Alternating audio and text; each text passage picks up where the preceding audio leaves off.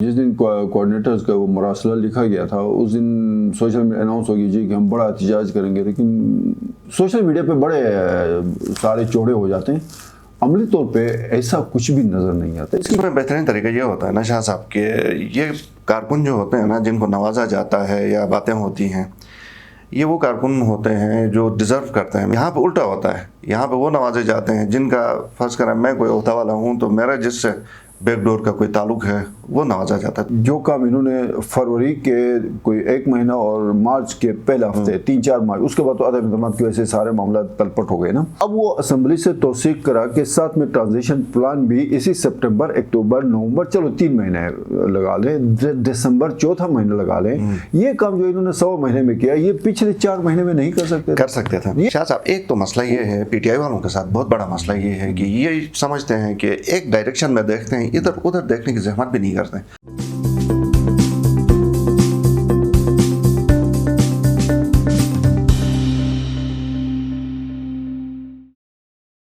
बिस्मिल्लाहिर्रहमानिर्रहीम। नाज़रीन अस्सलाम वालेकुम। आप देख रहे हैं आयमन और प्रोग्राम हालात हज़रात। ज़ाहिर है पाकिस्तान और गिलगित बल्तिस्तान की सियासी सूरत हाल, बिलखुसूस इस्लामाबाद में होने वाले डेवलपमेंट्स, और इस वक्त जब हम प्रोग्राम की रिकॉर्डिंग कर रहे हैं तो prime minister of Pakistan live ख़िताब कर रहे हैं कौम से। अगर इस दौरान कोई ब्रेकिंग आ गई तो वो भी अब तक पहुँचाएँगे।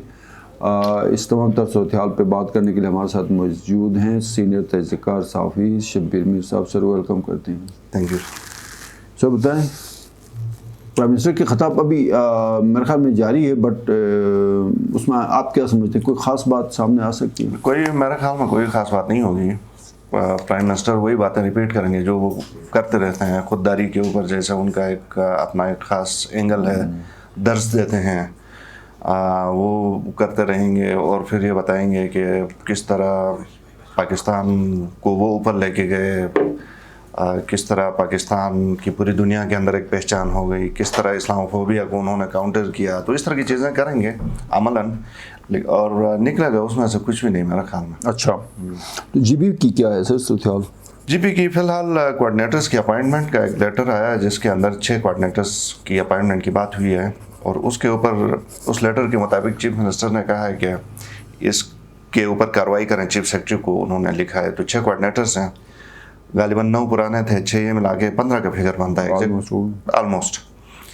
तो जिसकी वजह से मसला ये नहीं है कि ये 6 अपॉइंट हो रहे हैं, मसला ये है कि इस फैसले ने पीटीआई के अंदर बड़ी एक किस्म की तलखी पैदा हो गई। अभी भी तो देखें ना कि जिस दिन कोऑर्डिनेटर्स का वो मरासला लिखा गया था उस दिन सोशल मीडिया अनाउंस होगी जी कि हम बड़ा एहतजाज करेंगे, लेकिन कोई कारकुन एहतजाज सोशल मीडिया पे बड़े सारे चौड़े हो जाते हैं, अमली तौर पे ऐसा कुछ भी नज़र नहीं आता। इसकी क्या वजह? वैसे मेरे ख्याल में कुछ तो फिर उनको गालिबन यकीन दहानी राम किया जाता है। अच्छा लफ्ज़, मतलब अगले फिर 6 हमने करने हैं तो हाँ राम किया जाता है, कुछ दे दिला के उनको फिर खामोश कराया जाता है।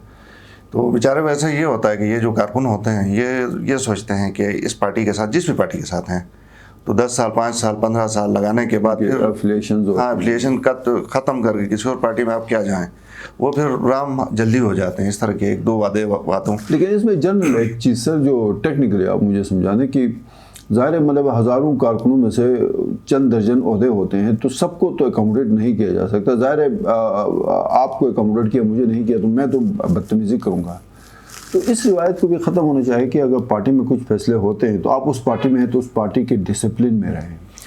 इसमें बेहतरीन तरीका ये होता है ना शाह साहब के ये कारकुन जो होते हैं ना, जिनको नवाजा जाता है या बातें होती हैं, ये वो कारकुन होते हैं जो डिज़र्व करते हैं। मिसाल के तौर पे हम नाम ले सकते हैं अभी ही, लेकिन नाम ना लें तो बेहतर है। मैं और आप ऐसे बहुत सारे हैं जिनकी कुर्बानियाँ हैं पार्टी के लिए। अगर उनको अपॉइंट किया जाता है तो बाकी लोग भी कहते हैं ठीक है ये हमसे ज़्यादा पुराने थे, इनकी खदमात थी, तो इसलिए हमें खुशी है इनको अगर ओहदा मिला है।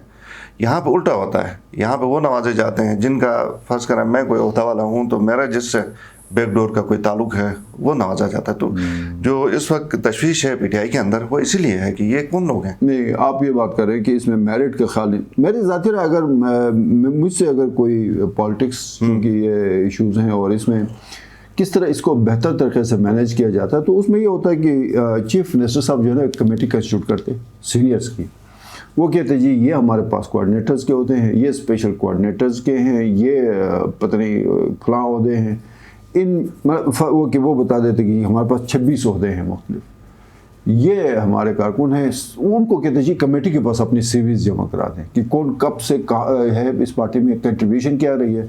वो कमेटी जो है वो सिक्रूटनी करती, उसके बाद नाम फाइल तैयार करके चीफ मिनिस्टर को पेश करते। उससे क्या फ़ायदा होता है? उससे ये होता है कि किसी को इस तरह से जो है वो सोशल मीडिया के ऊपर पार्टी के खिलाफ बात करने की ज़रूरत नहीं पड़ती, क्योंकि सबको समझ आती कि फैसला कमेटी का है।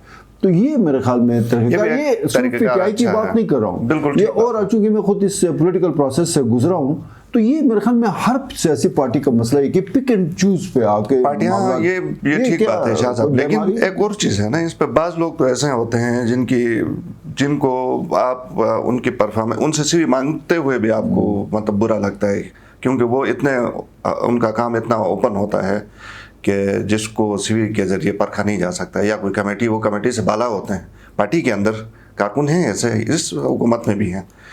तो जब ऐसा नहीं होता है तो वो कमेटी वाला तरीक़ेकार ठीक है, अगर वो भी कोई तरीका, लेकिन कोई ना कोई तो तरीका फॉलो होना चाहिए ना। अब ये कि चीफ मिनिस्टर 6 नाम जारी कर दें अपनी मर्जी से या गंडापुर साहब के कहने से, तो कारकुन तो फील करेगा इसको। सही है। और इसमें जो बीच में जो जीबी के अंदर इश्यूज आए, स्पेशली ठीक है, लोगों की जो बेसिक ज़रूरियात है, पानी, बिजली, वो मसाइल इसी तरह पड़े हुए।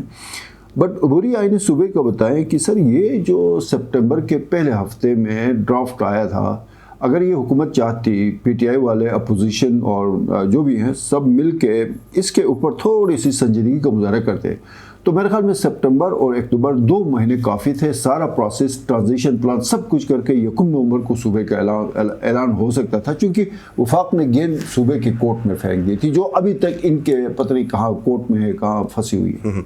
एक तो अब तो क्या डिले हो गया ना, दूसरा ये है ना शाह साहब, इस पर जो मैं समझता हूँ, मेरी जो राय है, पाकिस्तान तहरीक इंसाफ के अंदर से भी फिर हमने देखा ना कि एक टाइम पे ग्रुप सामने आ गए, उन्होंने कहा कि नहीं ये चीज़ें पहले हों, तहरीरी माहदे हों, उसके बाद बात आगे बढ़े। इस तरह की चीज़ें भी हो गई जिसकी वजह से डिले हो गया। और दूसरा, इस पे मैं थोड़ा सा पीटीआई को पॉइंट्स मैं देना चाहता हूँ, इसकी वजह क्रेडिट देना चाहता हूँ। इसकी वजह ये है कि ये काम ऐसा है शाह साहब, बेशक पीछे जो भी करे, जो हमारा सिस्टम करे या कोई और करे, कल को इसका जो भी इल्ज़ाम है, क्रेडिट है, शायद दोनों चीज़ें इस सियासी हुकूमत के ऊपर ही आनी है। तो मोहतात, पिछली हुकूमतें भी मोहतात रहीं, ये भी इसलिए मोहतात रहे जहाँ तक मैं समझता हूँ। इन्होंने कहा कि अगर हम तेज़ी दिखाएं, कल को कोई ऐसी चीज़ आ गई जो कि एक दफ़ा होने के बाद अनडू ना हो सके, तो फिर उम्र भर यानी मुँह दुखाने के काबिल नहीं रहेंगे। ये मैं सिर्फ ये बात आपसे गुजारिश करना चाहता हूँ कि जो काम इन्होंने फरवरी के कोई 1 महीना और मार्च के पहले हफ्ते 3-4 मार्च, उसके बाद तो अदम इक़दाम की वजह से सारे मामला तलपट हो गए ना, कि बजाय इस 1.5 महीने में तेज़ी दिखाने के, ट्रांजिशन प्लान से लेके सारे मामला करने के, आपको सितंबर के पहले हफ्ते में, वफाक की कोई गलती नहीं, बताया गया था ये आपका ड्राफ्ट है 19 पेजेस का, ये आपने ले जाके अपनी असेंबली से इसकी तौसीक करवानी है। ठीक हो गया। अब वो असेंबली से तौसीक करा के साथ में ट्रांजिशन प्लान भी इसी सितंबर, अक्टूबर, नवंबर, चलो 3 महीने लगा लें, दिसंबर 4था महीना लगा लें। ये काम जो इन्होंने 100 महीने में किया, ये पिछले 4 महीने में नहीं कर सकते थे। ये क्यों एक मसला हो क्यों नहीं सका, ये सवाल है ना शाह साहब। एक तो मसला ये है पीटीआई वालों के साथ, बहुत बड़ा मसला ये है कि ये समझते हैं कि एक डायरेक्शन में देखते हैं, इधर उधर देखने की जहमत भी नहीं करते। पॉलिटिकल जिस तरह का अपहेवल था पूरे मुल्क के अंदर, ये कहते थे कि ये ऐसी बकवासियात है, इमरान खान साहब कुछ नहीं होना है। आज जो मैच्योर हो गया वो उस वक्त उनके वह भगवान में, क्योंकि ये उस तरफ कान भी नहीं खोलना चाहते हैं, देखना भी नहीं चाहते हैं कि कहीं अगर हम देखें तो कहीं हम भी इससे मुतासिर ना हो जाएं। तो ये जो टनल विजन या थिंकिंग वाली बात, इसके ऊपर ये समझते हैं कि मीडिया भी झूठ बोलता है, ये तबसरनिगार भी झूठ बोलते हैं, वही सच बोलते हैं जो एक मखसूस लोग हैं।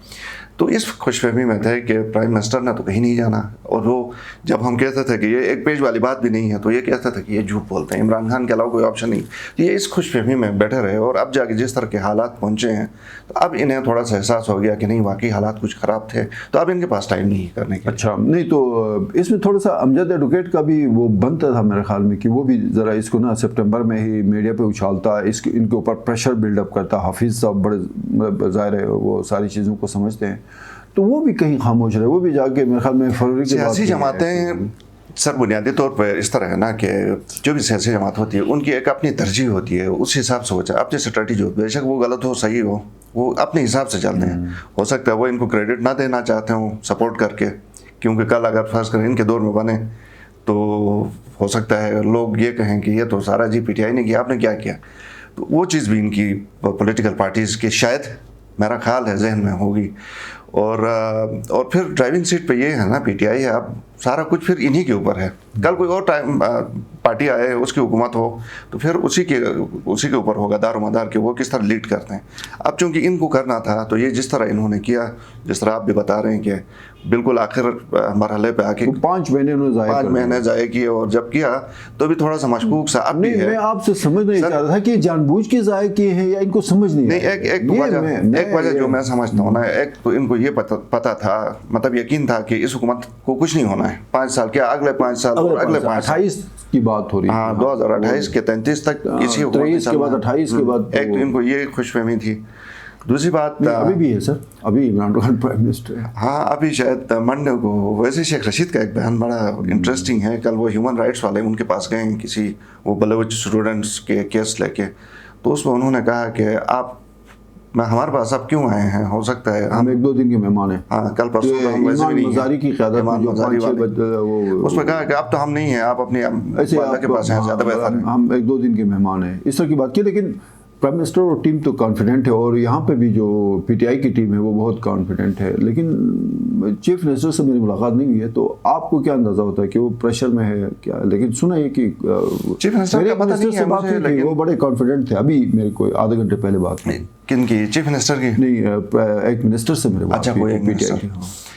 देखिए शाह साहब, जब इधर भी पीटीआई को कुछ नहीं होगा और इस्लामाबाद में भी कुछ नहीं, एग्जैक्ट उनका अल्फाज थे। राजा नासिर साहब मिले थे। अच्छा। अब हम किसी शॉपिंग मॉल पे मिले थे। देखें सर, हो सकता है इनकी बात भी ठीक हो, क्योंकि उनका अपना तजर्बा, हमारा अपना है। हम भी हालात देख के कोई गेस कर रहे हैं, ठीक है। लेकिन बज़ाहिर सूरत हाल ग्राउंड के ऊपर जो है वो तो आज यानी एतवार पीर को फैसला ही होना है। उसके बाद तो कोई किसी और हुकूमत ने आना है, इमरान खान साहब ने नहीं होना। आज वो जैसे शुरू में हमने कौम से खताब वाली बात की, पता नहीं इसमें क्या वो बात करते हैं, जिसमें मुझे उम्मीद है कि वो कोई ख़ास बात नहीं करेंगे। वो मेरे ख्याल में ये जो ख़त की बात करेंगे, जो मुरासला भेजा गया है, मतलब वो उस पर शायद ज़्यादा डिबेट हो। बट चीफ सेक्रेटरी और सूबे के मामला इस हवाले से कोई बेहतरी नज़र आ रही है आपको इंतजामी तौर पे? मेरे ख्याल में बहुत आले स्टेज के ऊपर है। अच्छा, अभी कल मैं सेक्रेटरी की तरफ गया था, तो मुझे वहाँ पे एक सीनियर ब्यूरोक्रेट हैं जो सीएस के तमाम मामलात को देखते हैं। उन्होंने कहा जी कि पूरा जीबी अलर्ट है सेक्रेटरीज। आप उसने कहा जी किसी ऑफिस में जाएं, अगर 9 बजे से के 9:30 तक भी कोई सेक्रेटरी आगे पीछे हो तो फिर बता दें। कह रहा है कि 8:30 से 9 तमाम सेक्रेटरीज ऑफिस में होते हैं। ये कह रहा था कि 3-4 दिन में चेंज आएगी। अच्छा, उनका ये कहना था।